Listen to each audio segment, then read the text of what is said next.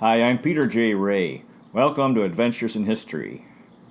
Today's topic is the 1960 Cleveland Indians MLB baseball season. Again, the tribe was playing in the American League, the junior circuit of Major League Baseball, and home games were played at Cleveland Municipal Stadium downtown, where First Energy Stadium now stands. The tribe had a respectable year in 1960. They finished in fourth place with a record of 76 and 78, 2 games under 500, winning percentage of .494, 21 games out of first. The first place team was the New York Yankees, who were 97 and 57, winning percentage of .630. Second place, the Baltimore Orioles, 89 and 65, 8 games out of first. Third place, the Chicago White Sox, 87 and 67. Fourth place, the Cleveland Indians, 76 and 78. Fifth place, the Washington Senators, 73 and 81. Sixth place, the Detroit Tigers, 71 and 83. Seventh place, the Boston Red Sox, 65 and 89. And in eighth and last place, the Kansas City Athletics, 58 and 96, winning percentage of .377, 39 games out of first. Before the season, or in the offseason, the tribe was negotiating to hire Leo DeRocher to be their manager for the 1960 season. And they made an offer of $65,000 a year over 3 years, with a capital gains interest in the team that DeRocher turned down because he wanted a larger ownership position. So there was no deal, and Joe Gordon was rehired. Tribe attendance in 1960 was 950,985, or an average of 12,350 per game, down 550,000. So attendance was way down. In 1960, the White Sox, under the ownership of Bill Veeck, had an exploding scoreboard. Fireworks would go off when a White Sox hit a home run. And the Yankee response was to have sparklers in their dugout when a Yankee hit a home run. Spring training in 1960 for the Yankees, Mickey Mantle, Whitey Ford, and others were rescued. They were naked and treading water in the St. Petersburg, Florida Bay after the boat on which they had been partying caught fire and sank. Baltimore sports writers complained about Orioles center fielder Jackie Brandt that he played with nonchalance. And Brandt responded, quote, "This year I'm going to play with harder nonchalance." The Baltimore Orioles were a surprise contender. They were a young team. They called them the Baby Birds. Brooks Robinson biographer Doug Wilson wrote, quote, "The Baltimore Orioles began winning baseball games at a rate not seen in Baltimore in the 20th century. Of course, the Baltimore Orioles were a National League powerhouse in the 1890s and the main rival of the Cleveland Spiders. This was the beginning of the strong Baltimore Orioles teams from the 1960s into the 80s, in which they won World Series titles in 1966, 1970, and 1983. The star for the Orioles in 1960 was Brooks Robinson. Doug Wilson wrote, quote, "Brooks Robinson was unfailingly polite, eager to please, patient with interviews. His naturally outgoing personality and self-deprecating sense of humor made him engaging, and his relaxed Southern accent made conversations feel just like talking to an old friend, not a star athlete." From 1959 to 1962, there were 2 All-Star games per year, trying to help raise revenue for the Players' Pension Fund. In the 1960 All-Star Game, there were 17 future Hall of Famers, including Louis Aparicio, Yogi Berra, Whitey Ford, Nellie Fox, Al Kaline, Mickey Mantle, Early Wynn, Ted Williams, and Brooks Robinson. And in the National League, Henry Aaron, Ernie Banks, Orlando Cepeda, Roberto Clemente, Eddie Matthews, Willie Mays, Bill Mazeroski, and Stan Musial. 1960 was Boston Red Sox slugger Ted Williams' last season as a player, and Carl Yastrzemski was the heir apparent in left field. Ty Cobb was at the Red Sox spring training camp and still annoyed that Ted Williams would not take his hitting advice. On June 17th, Ted Williams hit his 500th career home run at Cleveland Municipal Stadium, and after the game told Cleveland sports writer Hal Lebovitz that the 1960 would be his last season, and that was a scoop. On August 10th in Cleveland, Williams hit his 512th home run, passing Mel Ott. who had 5'11", and that placed Ted Williams third all time, behind Babe Ruth, who had 7'14", and Jimmy Fox, who had 5'34". Now, since then, Ted Williams has been passed by quite a few players, including Barry Bonds, Hank Aaron, Alex Rodriguez, Willie Mays, Albert Pujols, Ken Griffey Jr., Jim Thome, Sammy Sosa, Frank Robinson, Mark McGwire, Harmon Killebrew, Rafael Palmeiro, Reggie Jackson, Manny Ramirez, Mike Schmidt, David Ortiz, Mickey Mantle, and Jimmy Fox. And actually, right now, Ted Williams is tied for 20th on the all-time list with Willie McCovey and Frank Thomas. Ted Williams' career on-base percentage was .482, most all-time. He had 2,021 walks, second behind Babe Ruth. His last game at Fenway Park and the last game of his career was September 28, 1960, and in his final at-bat, he hit a home run. However, he refused to tip his cap or come out of the dugout for a curtain call. Author John Opdyke was at the game and wrote, quote, "Gods do not answer letters." Yankees player Jim Coates had the nickname the Mummy because he slept with his eyes open. And on a bus trip, Casey Stengel's wife, Edna, was on the bus with the team, and she said, "Dear, I think one of your players is dead." The San Francisco Giants had a new ballpark in 1960, Candlestick Park. It was windy, cold, wet, and foggy.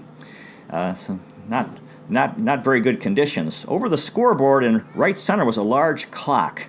Willie Mays' biographer James S. Hirsch wrote, quote, "On occasion, the minute hand, in its courageous push toward the 12, would find a gale-force wind, stop, quiver, and plunge back to the 6. Willie Mays' 1960 salary was $85,000, the highest in MLB. I'm reading a fine book. The title is One Nation Under Baseball, How the 1960s Collided with the National Pastime by John Florio and Uzi Shapiro, 2017. Reading another fine book, The Indians' Pride, The Story of the Cleveland Indians in the 1960s by Carol Conklin, 2016. Of course, Rocky Colavito was traded right before the start of the season. And Colavito said, quote, "Cleveland was and is the number one town for me. We have a mutual admiration society. I loved it here." Terry Pluto wrote, quote, "Thinking about the Rocky Colavito trade nearly 40 years later still makes the blood boil." In the last exhibition game before the regular season in Memphis, Tennessee, the Tribe was playing the Red Sox, and Rocky Colavito was at first base after a forced play. Earlier in the game, he'd hit a home run. Manager Joe Gordon approached him and said, quote, "That is the last time you'll bat in a Cleveland uniform. You've been traded to Detroit for Harvey Keene. I want to wish you all the luck in the world." Cleveland sports writer Gordon Cobbledick wrote, quote, "Indians fans love him because he's Rocky Colavito. No more than half a dozen players in the history of Cleveland baseball have been accorded the hero worship he enjoys.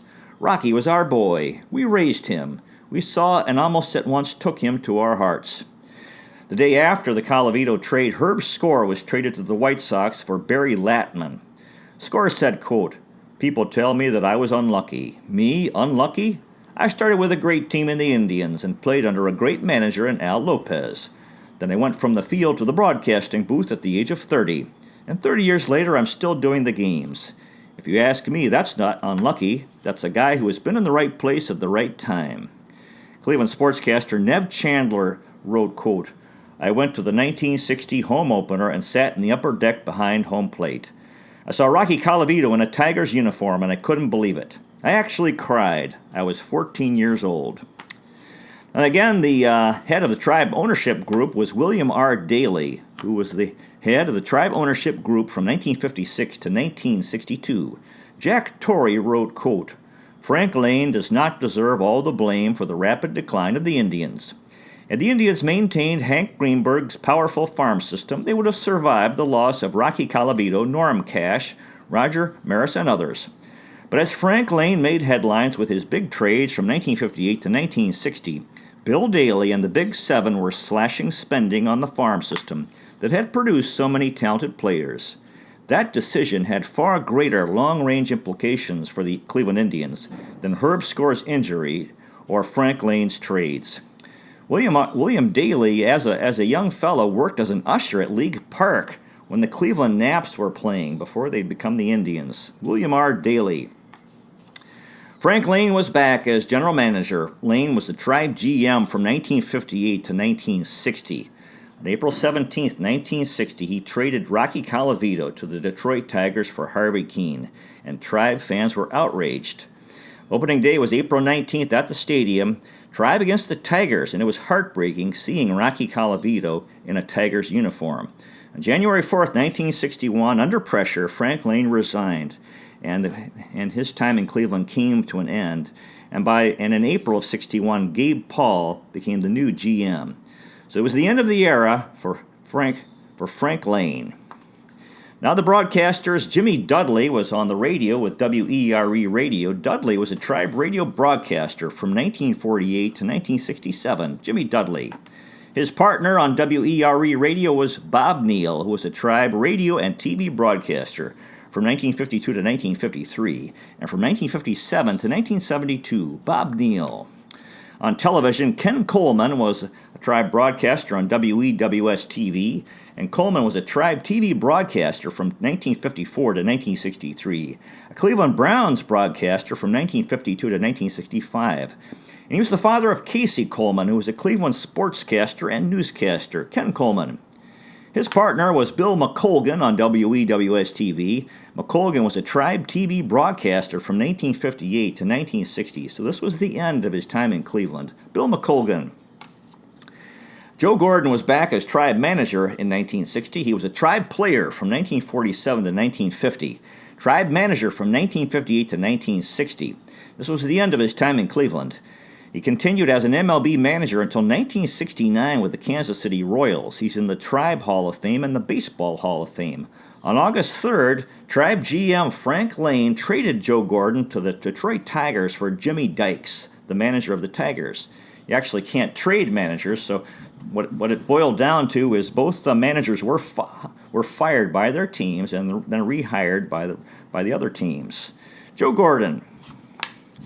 Jimmy Dykes was his successor as manager.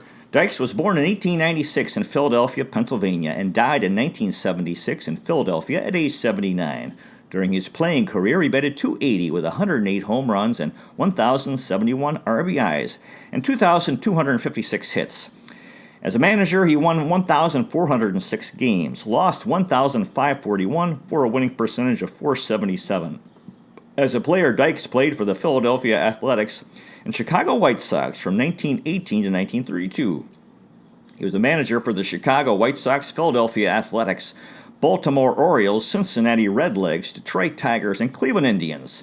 From 1934 to 1961, two-time All-Star as a player in 1933 and 34. He won 2 World Series titles in 1929 and 1930 with the Philadelphia Athletics. He's in the Philadelphia Baseball Wall of Fame. Dykes batted over 305 times. When he retired, he was ranked 8th in the American League in games played, 2,282, 9th in at-bats, 8,046. He's the winningest manager in White Sox history, with 899 victories in 13 seasons. He was one of Connie Mack's favorite players. He was a player-manager from 1934 to 39 with the White Sox. He was the Baltimore Orioles' first manager. Again, he was traded in mid-season to Cleveland for Tribe manager Joe Gordon. The trade of managers, Dykes was authoritative, testy, and combative, generally well-liked by players. There's a quote, "He's a pretty good guy. He doesn't say much, but he knows how to put you straight when he has to. Everyone feels pretty good under him. You know he expects you to play ball, but he doesn't come around and bother you about it." Dykes was a practical joker, fond of exploding cigars. Once he got confused about one, and the cigar exploded in his own face before he could give it to his intended victim. And he said, quote, "I got my hands crossed." In the minor leagues, Jimmy Dykes played for the Hollywood Stars, Gettysburg Ponies, and Atlanta Crackers. Jimmy Dykes. Luke Appling was a new coach. He was a shortstop during his playing career. Appling was born in 1907 in High Point, North Carolina, and died in 1991 in Cumming, Georgia at age 83. During his playing career, he batted .310 with 445 home runs, 1,116 RBIs, and 2,749 hits. Appling played for the Chicago White Sox from 1930 to 1943 and from 1945 to 1950. He was the manager of the Kansas City Athletics in 1967. Appling was a 7-time All-Star in 1936 from 39 to 41, in 43 and 46 and 47. 2-time American League batting champion in 1936 and 43. The Chicago White Sox retired his number 4. He was inducted into the Baseball Hall of Fame in 1964. They called him Old Aches and Pains. In 1936, he hit .388, the highest average for an MLB shortstop in the 20th century. Appling was in the U.S. Army in the Second World War from 1944 to 45. When he retired, he was the all-time leader in games played as a shortstop, double plays as a shortstop, putouts, and assists by a shortstop. And his records were broken by Louis Aparicio. He would complain about minor ailments, sore back, sprained finger, etc. This is how he got his nickname. He was a successful manager in the minors, winning pennants for Memphis. Again, he was a manager. He was the manager of the year in the minors in 1952. He was a coach for the Tribe, Tigers, Orioles, Athletics, and White Sox in the 1960s and early 1970s. In 1970, he was named among the greatest Chicago White Sox of all time, by Chicago sports writers. At a 1982 Old Timers game in RFK Stadium in Washington, D.C., at age 75, he hit a home run off of Warren Spahn. In the minors, he played for the Atlanta Crackers. Luke Appling. Ed Fitzgerald was back. He was a Tribe player in 1959, and then he was a coach in 1960. This was the end of his time in Cleveland. He became a coach for the Kansas City Athletics, Minnesota Twins, and a manager in the minors for the Fresno Giants. Ed Fitzgerald. Mel Harder was back. Harder was a Tribe player from 1928 to 1947. Tribe pitching coach from 1948 to 1963. He threw out the first pitch at Cleveland Municipal Stadium in 1932 and the last ceremonial pitch at the stadium in 1993. Mel Harder. Red Kress was back. Kress was a Tribe coach from 1953 to 1960. This was the end of his time in Cleveland. He was a coach for the L.A. Angels in 1961, the New York Mets in 1962. He died of a heart attack 2 months after the 1962 season at age 55. Red Kress. Bob Lemon was back. Lemon was a Tribe player from 1941 to 1942 and from 1946 to 1958. He was a Tribe coach in 1959 and 1960. This was the end of his time in Cleveland. He continued on and became an MLB manager all the way until 1982. He's in the Tribe Hall of Fame and the Baseball Hall of Fame, and he died in 2000 at age 79. What a tremendous life and career for Bob Lemon. JoJo White was back. White was a Tribe coach from 1958 to 1960. This was the end of his time in Cleveland. He continued as an MLB coach until 1969 with the Kansas City Royals. JoJo White. Ted Wilkes was back. Ted Wilkes had been a Tribe player from 1952 to 1953, and he was a Tribe coach in 1960. He continued as an MLB coach until 1961 with the Kansas City A's. Ted Wilkes. Now the starting lineup, John Romano was the catcher. Romano batted .272 with 86 hits. He scored 40 runs, 12 doubles, 2 triples, 16 home runs, 52 RBIs, 37 walks in 108 games. Romano was born in 1934 in Hoboken, New Jersey, and died in 2019 in Naples, Florida at age 84.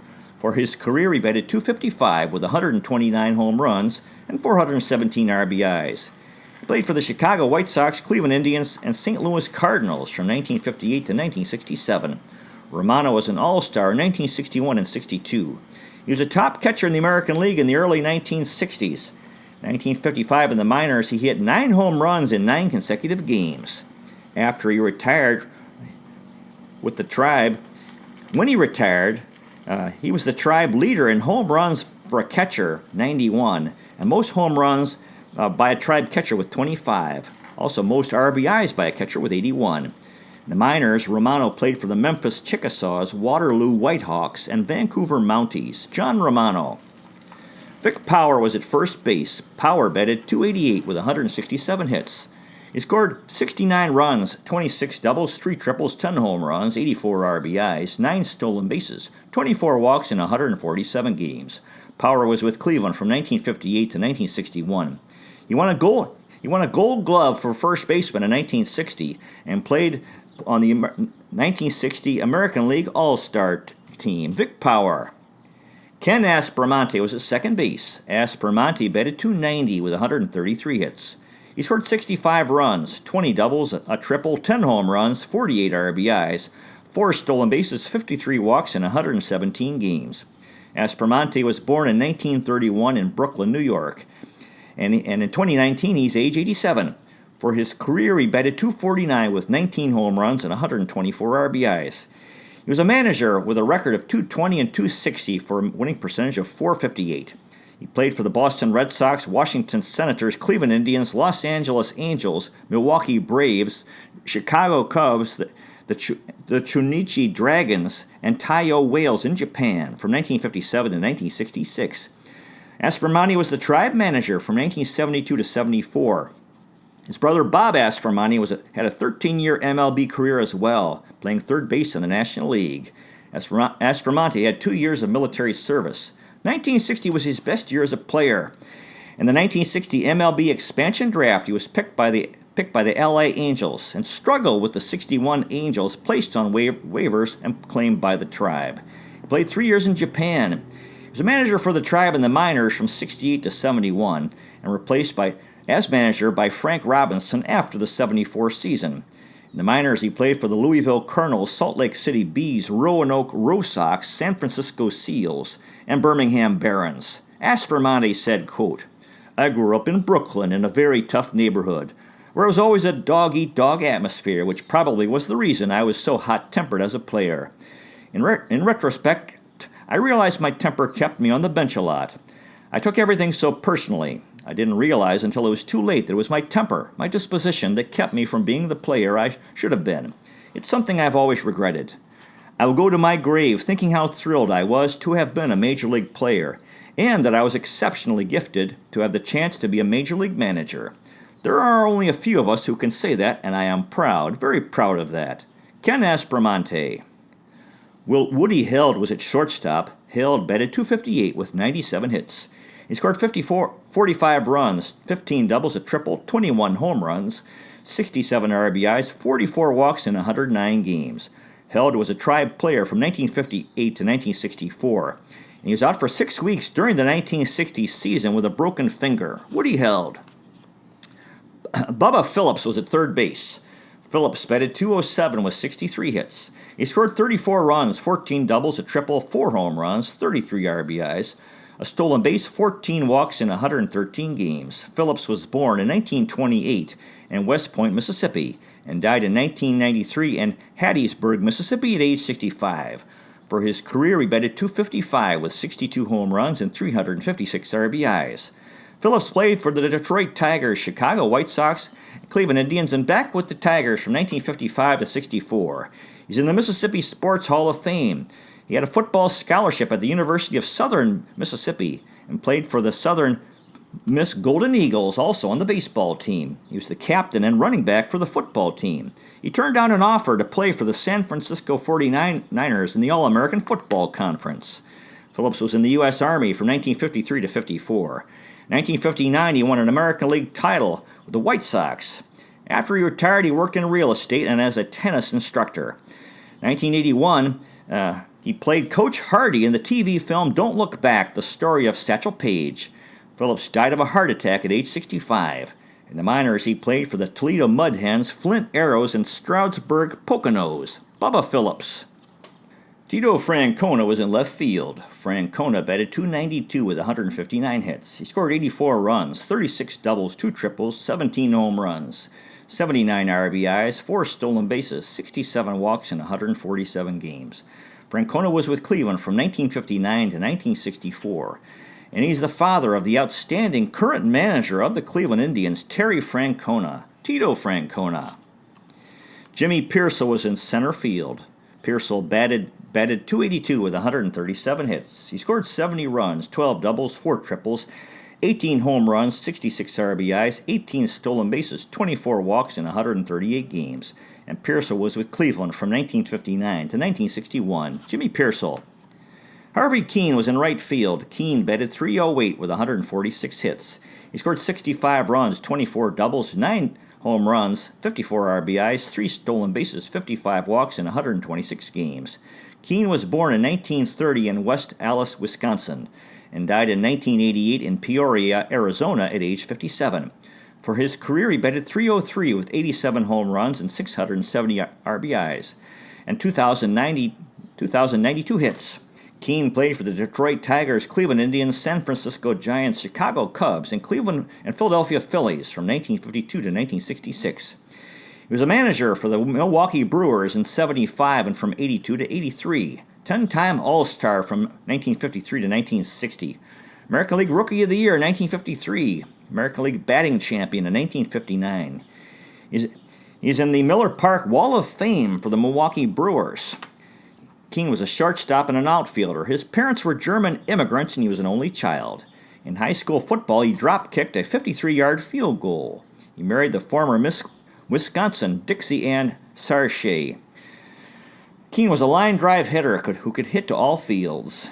He came to Cleveland in the 1960 trade by Detroit for Rocky Colavito. He made the final out in 2 of Sandy Koufax's 4 no-hitters in 1963 and 65. He was a Milwaukee Brewers coach in 1980 and had his right leg amputated below the knee because of a blood clot. In 1982, he was manager of the Milwaukee Brewers, who won their only American League title that year. He's the American League Manager of the Year in 82, and the Brewers lost a tough 7-game World Series against the St. Louis Cardinals. In the ALCS, they were down 2-0 but rallied to win in 5 games in the series. The 82 Brewers were called Harvey's Wallbangers. Star players included Cecil Cooper, Ben Ogilvy, Ted Simmons, Gorman Thomas, Paul Molitor, and Robin Yount. Keene died of complications from heart disease and diabetes. And he played in the 1960 All-Star Game. Harvey Keene. Johnny Temple was at second base. Temple batted .268 with 102 hits. He scored 50 runs, 13 doubles, a triple, 2 home runs, 19 RBIs, 11 stolen bases, 32 walks in 98 games. Temple was born in 1927 in Lexington, Kentucky, and died in 1994 in Anderson, South Carolina at age 66.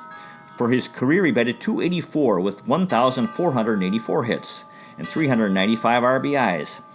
Temple played for the Cincinnati Reds, Cleveland Indians, and Baltimore Orioles and Houston Colt 45s from 1952 to 1964. He was a 6-time All-Star in 56, 57, and 59 when they had 2 games, and 61 when they had 2 games. He's in the Cincinnati Reds Hall of Fame. He had 140 stolen bases in 198 attempts for a successful percentage of 71%, which is very good. After he retired, he worked as a TV newsman in Houston, Texas. It was involved in a business selling boats and RVs. The business failed, and Temple lost everything, including his home. Very sad. In Venezuela, he played for the Lácteos de Pastora. Johnny Temple. Mike De La Hoz played some shortstop. De La Hoz batted .256 with 41 hits. He scored 20 runs, 6 doubles, 2 triples, 6 home runs, 23 RBIs, 9 walks in 49 games. De La Hoz was born in 1938 in Havana, Cuba. And in 2019, he's age 80. For his career, he batted .251 with 25 home runs and 115 RBIs. De La Hoz played for the Cleveland Indians, Milwaukee Braves, Atlanta Braves, and Cincinnati Reds from 1960 to 1969. In 1965, with the Milwaukee Braves, he had a game where he had a pinch-hit home run in the 8th inning to tie the game, and a single in the 9th, and he singled and scored in the bottom of the 12th, helping the Braves win that game 9-8. De La Hoz is in the Cuban Sports Hall of Fame. In the minors, he played for the Jacksonville Suns, the Minot Mallards, Mobile Bears, and in Venezuela, he played for the Tiburones de la Guaira and Tigres de Aragua. Mike De La Hoz. Marty Keogh played some outfield. He batted .248 with 37 hits. 19 runs, scored 5 doubles, 3 home runs, 11 RBIs, 2 stolen bases, 9 walks in 65 games. Keogh was born in 1934 in Oakland, California. And in 2019, he's 85 years old. For his career, he batted .242 with 43 home runs and 176 RBIs. Keogh played for the Boston Red Sox, Cleveland Indians, Washington Senators, Cincinnati Reds, Atlanta Braves, Chicago Cubs, and Nankai Hawks in Japan from 1956 to 1968. He's the father of Matt Keogh, who won 18 games in 1980 for Billy Martin's Oakland A's. After he retired, Keogh was a scout for the St. Louis Cardinals. In the minors, he played for the San Francisco Seals and Louisville Colonels. Marty Keogh. Walt Bond played some right field. Bond batted .221 with 29 hits. He scored 19 runs, 2 doubles, a triple, 5 home runs, 18 RBIs, 4 stolen bases, 13 walks in 40 games. Bond was born in 1937 in Denmark, Tennessee, and died in 1967 in Houston, Texas at age 29. For his career, he batted .256 with 41 home runs and 179 RBIs.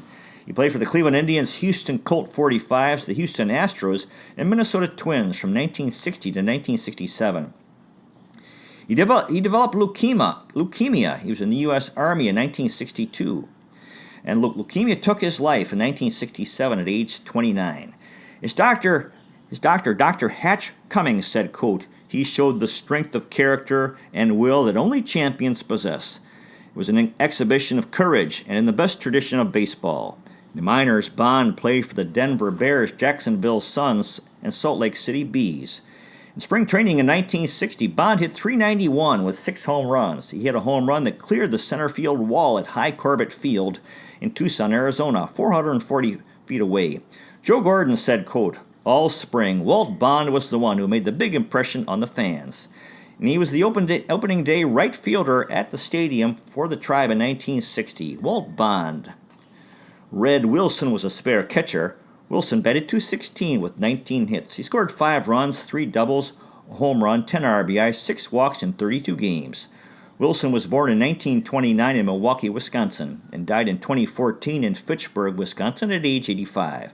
For his career, he batted .258 with 24 home runs and 189 RBIs. Wilson played for the Chicago White Sox, Detroit Tigers, and Cleveland Indians from 1951 to 1960. So this was the end of his MLB career. He played college football for the University of Wisconsin at Madison and was the Badgers' MVP center in 1947 and 48. He also played in the College World Series. In the NFL draft, he was drafted in the 4th round, 1950, by the Cleveland Browns, but opted to play baseball. His 1958 baseball card, by Topps, he is in a bizarre pose. The company painted out the natural background, and they painted out the bat. It appears that his right arm is amputated a few inches below his shoulder. After he retired, he became the founder and president of Westgate Bank in Madison, Wisconsin. He's in the Wisconsin Athletic Hall of Fame. In the minors, he played for the Waterloo Whitehawks. Red Wilson. Bob Hale played some first base. Hale batted .300 with 21 hits. He scored 2 runs, had 7 doubles, 12 RBIs, 3 walks in 70 games. Hale was born in 1933 in Sarasota, Florida, and died in 2012 in Park Ridge, Illinois at age 78. For his career, he batted .273 with 171 hits and 89 RBIs. Hale played for the Baltimore Orioles, Cleveland Indians, and New York Yankees from 1955 to 1961. In the minors, he played for the York White Roses, Pine Bluff Judges, Aberdeen Pheasants, and Richmond Virginians. Bob Hale. Hank Foyles was a spare catcher. Foyles batted .279 with 19 hits. He scored 9 runs, had a double, a home run, 6 RBIs, 7 walks in 24 games. Foyles was with Cleveland in 1953, from 1955 to 1956, and in 1960. This was the end of his time in Cleveland. His MLB career continued until 1964. Hank Foyles. Joe Morgan was a utility player. Morgan batted .298 with 14 hits. He scored 6 runs, 2 doubles, 2 home runs, 4 RBIs, 6 walks in 22 games. Morgan was born in 1930 in Walpole, Massachusetts. And in 2019, he's 88 years old. For his career, he batted .193 with 2 home runs and 10 RBIs. Morgan played for the Milwaukee Braves, Kansas City Athletics, Philadelphia Phillies, Cleveland Indians, and St. Louis Cardinals from 1959 to 1964. He was a coach for the Pittsburgh Pirates in 1972 and for the Boston Red Sox from 85 to 88. He was the Red Sox manager from 88 to 91. He's in the Boston Red Sox Hall of Fame. Morgan was a lifelong resident of Walpole, Massachusetts. He also went to Boston College and played on the hockey team, led the Eagles team in points as a junior, and was a captain of the baseball team. He also had military service. He had a long stint in the minors. His 2 MLB home runs were hit in 1960 with the Tribe in a 2-week period. He was the 1964 MVP in the International League, hitting .290 with 16 home runs for the Jacksonville Suns. He was the 1973 Minor League Manager of the Year and the 1977 in the International League. He was Manager of the Year for the Pawtucket Red Sox. As manager of the Red Sox in 1988 and 1990, he won American League East titles, but was swept both times by the Oakland A's in the ALCS 4-0. He has a record as a manager of a team with 8 straight postseason losses. They called him Walpole Joe and Turnpike Joe because in the offseason he drove a snowplow on the Massachusetts Turnpike. Those phrases are part of the New England folklore. A phrase, part of the New England folklore that he said was, quote, Roger spun another beauty regarding Roger Clemens pitching well. He's in the International League Hall of Fame. On July 30th, 2013, they had Joe Morgan night at Fenway Park. In the minors, he played for the Hartford Chiefs Charleston Marlins. And he is not the 1970s Cincinnati Reds star second baseman. Joe Morgan. George Strickland played some infield. Strickland batted .167 with 7 hits. He scored 4 runs, had a home run, 3 RBIs, 4 walks in 32 games. Strickland was a Tribe player from 1952 to 57 and from 59 to 1960. This was the end of his playing career. He was a Tribe coach from 1963 to 1969 and a Tribe interim manager for parts of the 64 and 66 seasons. George Strickland. Chuck Tanner played some left field. Tanner batted .280 with 7 hits. He scored 2 runs, had a double, 4 RBIs, a stolen base, 4 walks in 21 games. Tanner was born in 1928 in Newcastle, Pennsylvania, and died in 2011 in Newcastle at age 82. During his playing career, he batted .261 with 21 home runs and 105 RBIs. As a manager, he won 1,352 games, lost 1,381 for a winning percentage of .495. As a player, he played for the Milwaukee Braves, Chicago Cubs, Cleveland Indians, and Los Angeles Angels from 1955 to 1962. He was a manager for the Chicago White Sox, Oakland Athletics, and Pittsburgh Pirates and Atlanta Braves from 1970 to 1988. He won a World Series title in 1979 as manager for the Pittsburgh Pirates. Tanner was known for his unwavering confidence and infectious optimism. In his first MLB at-bat, the first pitch he hit for a home run on April 12, 1955. He's a manager in the minors for the Angels system for 7 years. In 1972, he was Manager of the Year for the White Sox, according to Sporting News. And he managed players including Wilbur Wood, Carlos May, Bill Melton, and Dick Allen. 1975, as Oakland A's manager, the team stole an MLB record 341 bases. As manager, he was the manager of the 79 Pirates, the We Are Family team, from the song by Sister Sledge, the theme song of the team. That team included Willie Stargell, Bert Blylev, and Dave Parker, Bill Madlock, and they won the World Series title. There was Chuck Tanner's Restaurant in Newcastle, Pennsylvania. In the minor leagues, he played for the Eau Claire Bears. Chuck Tanner. Rocky Bridges played some infield. Bridges batted .333 with 9 hits and 27 at-bats. He scored a run, had 3 RBIs, a walk in 10 games. Bridges was born in 1927 in Refugio, Texas, and died in 2015 in Coeur d'Alene, Idaho at age 87. For his career, he batted .247 with 16 home runs and 187 RBIs. Bridges played for the Brooklyn Dodgers, Cincinnati Reds, Washington Senators, Detroit Tigers, Cleveland Indians, St. Louis Cardinals, and Los Angeles Angels from 1951 to 1961. He was an all-star in '58 with the Senators, well-known and respected ball player who was known for his hard work, hustle, spirit, and sense of humor. 1964, Sports Illustrated called Bridges one of the best stand-up comics in the history of baseball. Bridges said, quote, "It took me that long to learn how to spell it after being traded by the Cincinnati Reds, where he played for 4 years." I think he was talking about the spelling of Cincinnati. Regarding his 1958 All-Star selection, Bridges said, quote, "That surprised everybody. They were close to launching an investigation." After being traded by the Tigers, he said, quote, "I'm in the twilight of a mediocre career. I've had more numbers on my back than a bingo board."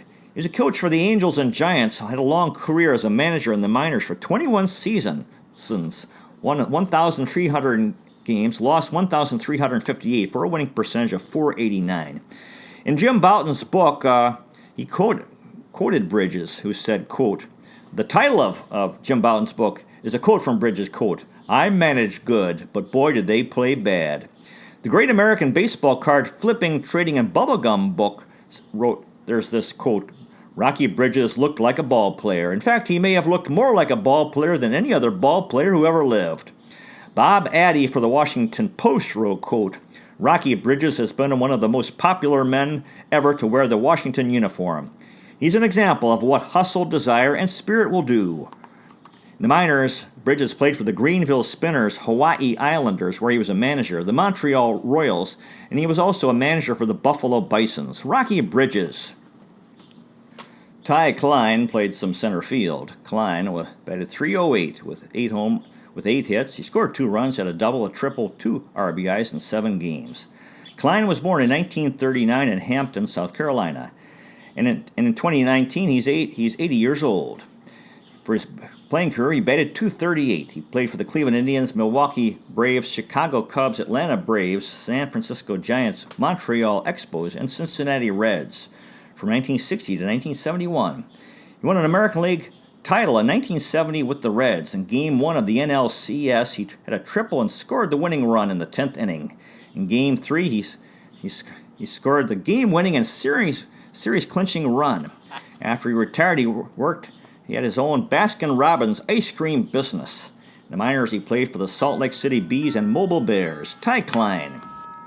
Carroll Hardy batted .111 with 2 hits and 18 at-bats. He scored 7 runs, had a double, an RBI, 2 walks in 29 games. Hardy was with Cleveland from 1958 to 1960. This was the end of his time in Cleveland.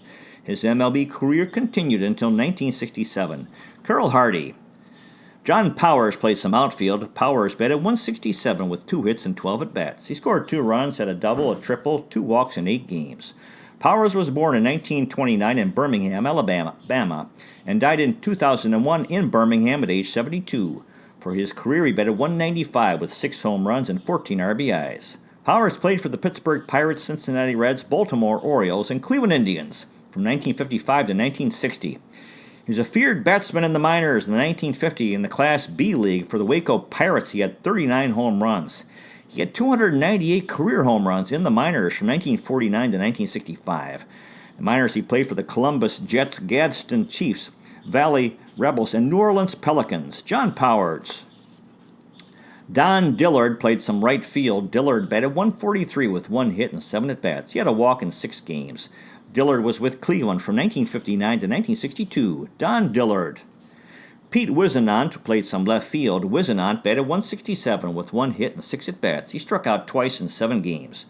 Wisenant was born in 1929 in Asheville, North Carolina, and died in 1996 in Port Charlotte, Florida at age 66. For his career, he batted .224 with 37 home runs and 134 RBIs. Wisenant played for the Boston Braves, St. Louis Cardinals, Chicago Cubs, Cincinnati Reds, Cleveland Indians, Washington Senators, and Minnesota Twins from 1952 to 1961. He was a coach for the Reds. He was a manager in the minors for the Oakland A's. In 1982, managing the Modesto A's in the California League, the team won the title. He was the founder of the Holiday Baseball Clinic for Boys in the late 1960s to 1970s. MLB players were instructors for the boys during the Christmas holidays, and those instructors included Pete Rose, Johnny Bench, Mickey Mantle, Tommy Helms, and Don Zimmer. In the minors, Wisenant played for the Eau Claire Bears. Pete Wisenant. Steve Demeter played some third base. Demeter batted 5 times. He did not have a hit, struck out once in 4 games. Demeter was born in 1935 in Homer City, Pennsylvania, and died in 2013 in Parma, Ohio at age 78. For his career, he batted .087 with 1 RBI. He played for the Detroit Tigers and Cleveland Indians from 1959 to 1960. He was traded to the Tribe from Detroit for Norm Cash, one of the most lopsided trades in MLB history. Cash had 377 career home runs. Demeter was a fixture for the Rochester Red Wings in the 1960s. Hit 272. He hit 272 career home runs in the minors. He's in the Rochester Red Wings Hall of Fame and the International League Hall of Fame. In 1985, he was a coach for the Pirates. He was a manager for 9 seasons in the minors for the Pirates, for the Salem Pirates and the Shreveport Captains.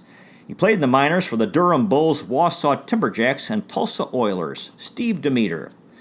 The pitching staff, the ace of the Tribe pitching staff in 1960 was Jim Perry, who was 18-10, with an ERA of 3.62, 41 games, 36 starts, 10 complete games, 4 shutouts, a save, 261 in a third innings pitched, and 120 strikeouts. Perry batted .242 with 22 hits. He scored 7 runs, had 2 doubles, 5 RBIs, a walk, and struck out 14 times. Perry was with Cleveland from 1959 to 1963, and from 1974 to 1975, and he was the 1960 Cleveland Indians Man of the Year. Jim Perry. Jim Mudcat Grant was 9-8 with an ERA of 4.40, 33 games, 19 starts, 5 complete games, 159 and 2/3 innings pitched, and 75 strikeouts. Grant could hit. He batted .281 with 16 hits. He scored 8 runs, had 2 doubles, 6 RBIs, a walk, struck out 9 times in 47 games. He also did some pinch running. Grant played for Cleveland from 1958 to 1964. He was a Tribe TV broadcaster in 1973, 74, and 77. On Labor Day in 1960, Mudcat Grant had breakfast with John F. Kennedy, U.S. Senator, and the Democratic nominee for president. And JFK said he was a big fan of Mudcat and wanted to talk to him. They were both in Detroit at the same time. The Indians were playing the Tigers, and Kennedy was in Detroit campaigning for president. And Grant told Kennedy about the hardships he endured growing up in LOCKE, Florida, racism, discrimination, and the abuse of blacks. Kennedy listened intently for 1 hour, and that day John F. Kennedy gave a speech in which he said, quote, "I take my case to you, because I know you agree with me that racial discrimination must be eliminated everywhere in our society, in jobs, housing, in voting, in lunch counters, and in schools." Now that same day, Grant lost 4-3 against the Tigers. John Florio and Uisi Shapiro wrote, quote, "Still that day put a check mark in a win column that no baseball fan could see." Jim Mudcat Grant. Gary Bell was 9-10 with an ERA of 4.13, 28 games, 23 starts, 6 complete games, 2 shutouts, a save, 154 and 2/3 innings pitched, and 109 strikeouts. Bell batted .149 with 7 hits. He scored 6 runs, had a double, 3 RBIs, a stolen base, 2 walks, and struck out 9 times. Bell was with Cleveland from 1958 to 1967, and he played in the 1960 All-Star Game. Gary Bell. Barry Latman was 7-7 with an ERA of 4.03, 31 games, 20 starts, 4 complete games, 147 and a third innings pitched, and 94 strikeouts. Latman batted .220 with 9 hits. He scored 2 runs, had a double, 4 RBIs, 2 walks, and struck out 12 times. Latman was born in 1936 in Los Angeles, California, and died in 2019 in Richmond, Texas at age 82. For his career, he is 59-68 with an ERA of 3.91 and 829 strikeouts. Latman pitched for the Chicago White Sox, Cleveland Indians, Los Angeles Angels, California Angels, and Houston Astros from 1957 to 1967. He was an All-Star in 1962 with the Tribe. Latman was Jewish and would not play on the Jewish high holidays. From ages 10 to 13, he had to stop playing baseball so he could study for his bar mitzvah. His nickname was Shoulders. Latman went to the University of Southern California with a baseball scholarship. In the minors, he played for the Memphis Chickasaws, Waterloo Whitehawks. He also played in Venezuela in South America for the Rapiños de Occidente. Barry Latman. Johnny Klipstein was the closer. Klipstein was 5-5 with an ERA of 2.91, 49 games, 14 saves, 74 and a third innings pitched, and 46 strikeouts. Klipstein batted .143 with 2 hits and 14 at-bats. He scored a run, had a walk, and struck out 5 times. Klipstein was born in 1927 in Washington, D.C., and died in 2003 in Elgin, Illinois at age 75. For his career, he was 101 and 118 with an ERA of 4.24, 1,158 strikeouts, and 66 saves. Klipstein played for the Chicago Cubs, Cincinnati Redlegs, Los Angeles Dodgers, Cleveland Indians, Washington Senators, Philadelphia Phillies, Minnesota Twins, and Detroit Tigers from 1950 to 1967. He won a World Series title in 1959 with the LA Dodgers. Klipstein had control problems. He's the son-in-law of MLB pitcher Dutch Leonard. Klipstein died in 2003 listening to a radio broadcast of the 2003 NLCS Cubs playing the Marlins. In the minors, he played for the Mobile Bears. Johnny Klipstein. Dick Stigman was 5-11 with an ERA of 4.51, 41 games, 18 starts, 3 complete games, 9 saves, 133 and 2/3 innings, pitched in 104 strikeouts. Stigman batted .222 with 8 hits. He scored 3 runs, had a double, 3 RBIs, 3 walks, and struck out 12 times. Stigman was born in 1936 in Nimrod, Minnesota. And in 2019, he's age 83. For his career, he was 46-54 with an ERA of 4.03 and 755 strikeouts. He played for the Cleveland Indians, Minnesota Twins, Boston Red Sox from 1960 to 1966. He was a 2-time All-Star in 1960 and played in both games that year. In '65, he won an American League title with the Twins. After he retired, he was a businessman in Minneapolis, St. Paul, Minnesota. In his honor, in his hometown of Nimrod, Minnesota, there's a park named Stigman's Mound. In the minors, he played for the Mobile Bears, and he played on the 1960 All-Star Game. Dick Stigman. Bobby Locke was 3-5 with an ERA of 3.37, 32 games, 11 starts, 2 complete games, 2 shutouts, 2 saves, 123 innings pitched, and 53 strikeouts. Locke batted .237 with 9 hits. He scored 7 runs, had a double, 4 RBIs, 6 walks, and struck out 7 times. Locke was with Cleveland from 1959 to 1961. Bobby Locke. Don Newcomb was 2-3 with an ERA of 4.33, 20 games, 2 starts, a save, 54 innings pitched, and 27 strikeouts. Newcomb batted .300 with 6 hits. He scored a run, had a double, an RBI, a walk, and struck out 7 times. Newcomb was born in 1926 in Madison, New Jersey, and died in 2019 in Los Angeles, California at age 92. For his career, he was 149-90 with an ERA of 3.56 and 1,129 strikeouts. He played in the Negro Leagues for the Newark Eagles from 1944 to 45. In MLB, he played for the Brooklyn Dodgers, Los Angeles Dodgers, Cincinnati Reds, and Cleveland Indians from 1949 to 1960. This was the end of his MLB playing career. In Japan, he played for the Chunichi Dragons in 1962 with Larry Doby. Newcomb was a 4-time All-Star from 1949 to 51 and 55. He won a World Series title in 55 with the Brooklyn Dodgers. He was a National League MVP in 1956. He won the 1956 Cy Young Award. He was the National League Rookie of the Year in 1949. MLB wins leader in 1956. MLB strikeout leader in 1951. They called him Nuke. In 1949, he was the first black pitcher to start a World Series game. He was an excellent hitting pitcher, hit .271 for his career with 15 home runs. He also would pinch hit. In 1949, he became the 3rd African-American pitcher in MLB. He had 2 years of military service in the Korean War. After he retired, he was the Dodgers director for community affairs. He suffered from alcoholism but recovered in 1966 and got sober and stayed sober. Don Newcomb. John Briggs was 4-2 with an ERA of 4.46, 21 games, 2 starts, a save, 36 1/3 innings pitched, and 19 strikeouts.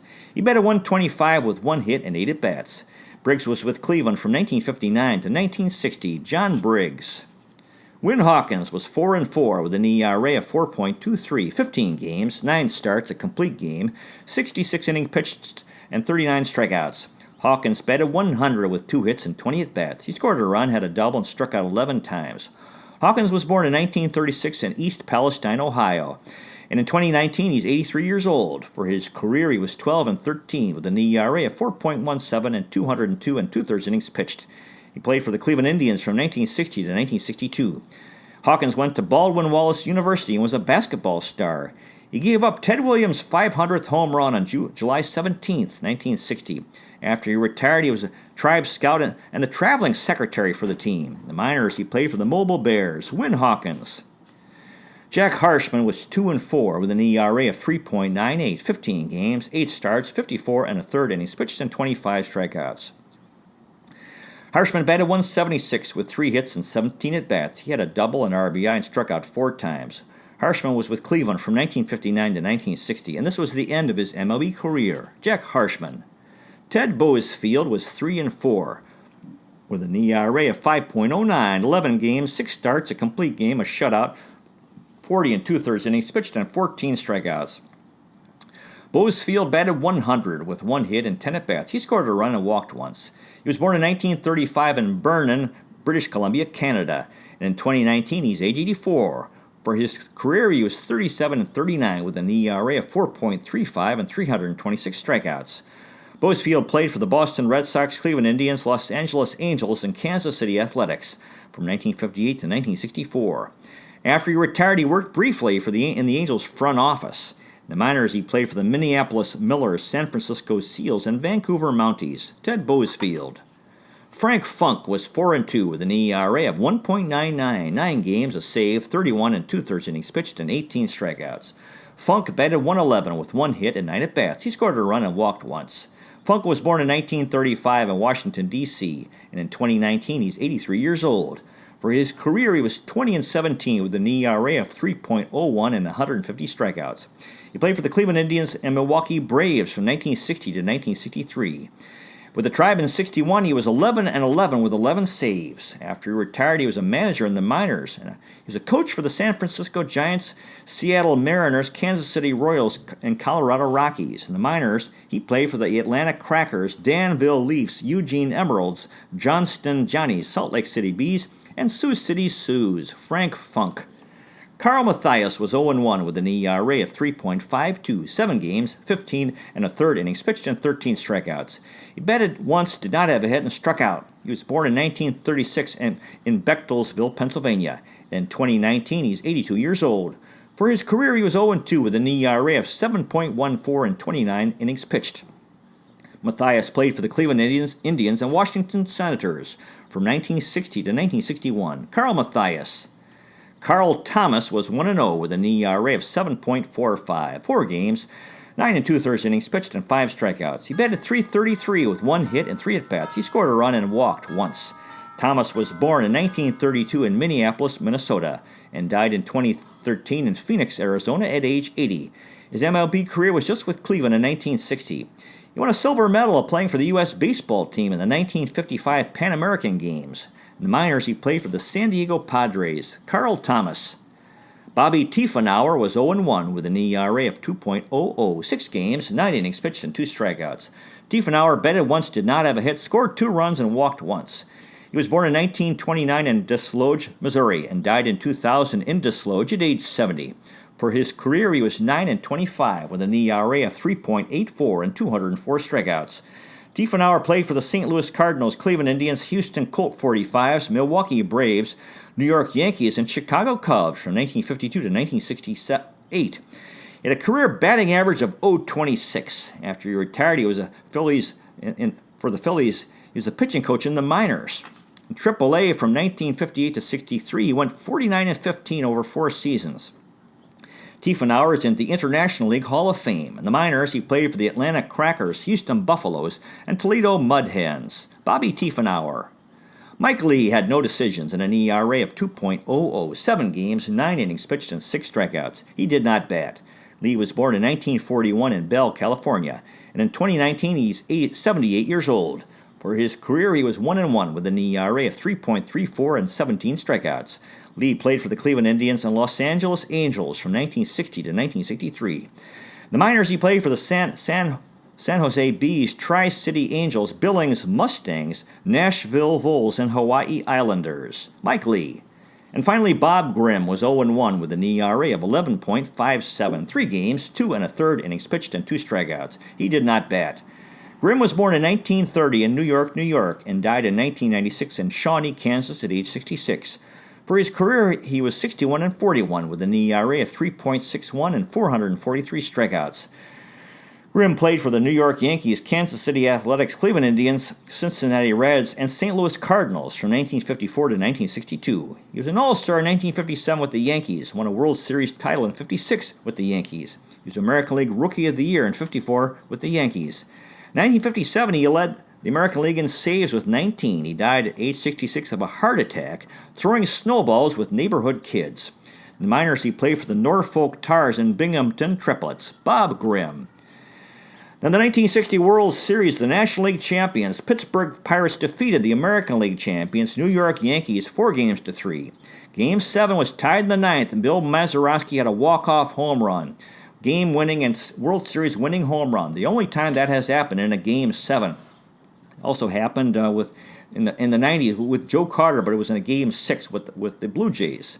The Yankees outscored the Pirates 55-27, but they still lost the series. Hall of Famers in the series included umpire Nestor Shilak. For the Pirates, Roberto Clemente, Bill Mazeroski. And for the Yankees, Casey Stengel, the manager, Yogi Berra, Whitey Ford, and Mickey Mantle. The MVP was Bobby Richardson of the Yankees, the only time the MVP was on the losing team of a World Series. The Yankee batting average was .338 and the Pirates .256. The Yankee pitching ERA was 3.54 and the Pirates 7.11. Game 7 there were 19 runs scored, 24 hits, but 0 strikeouts, which is an MLB record. In Game 7, in the 8th inning, the Yankees were up 7-4. And then the Pirates were batting, and there was a man on first base. A double play grounder was hit to Tony Kubek, the shortstop, but the ball hit a pebble and took a bad hop and hit Kubek in the throat. And instead of 2 out and nobody on, there were 2 on and nobody out. Kubek was out of the game, taken to the hospital. The Pirates went on to score 5 runs and then had a 9-7 lead. The Yankees tied at 9-9. Ralph Terry, on the second pitch in the bottom of the ninth to Bill Mazeroski at 3:36 p.m., and Mazeroski hit a home run over left fielder Yogi Berra's head. After the World Series, Yankee manager Casey Stengel was fired. His biographer, Marty Apple, said, and it was over. The press conference and the reign of Casey Stengel, winner of 7 World Series and 10 pennants in 12 years, and the man who may have done more for baseball through the force of his personality than anyone except Babe Ruth. Stengel said, quote, "I'll never make the mistake of being 70 years old again." Read a fine book, Kiss It Goodbye, The Mystery, the Mormon, and the Morale of the 1960 Pittsburgh Pirates by John Moody. This was the 2010. Pirates won their last World Series in 1925, so they ended their 35-year title drought.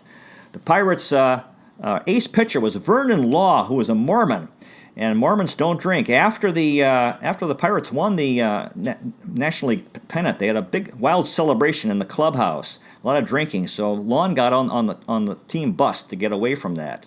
And then later the players, they were all crazy. They got on the bus and they'd cut each other's ties, and then they grabbed Law, and they were trying to take his clothes off, and his foot got pulled by a player, and he was injured.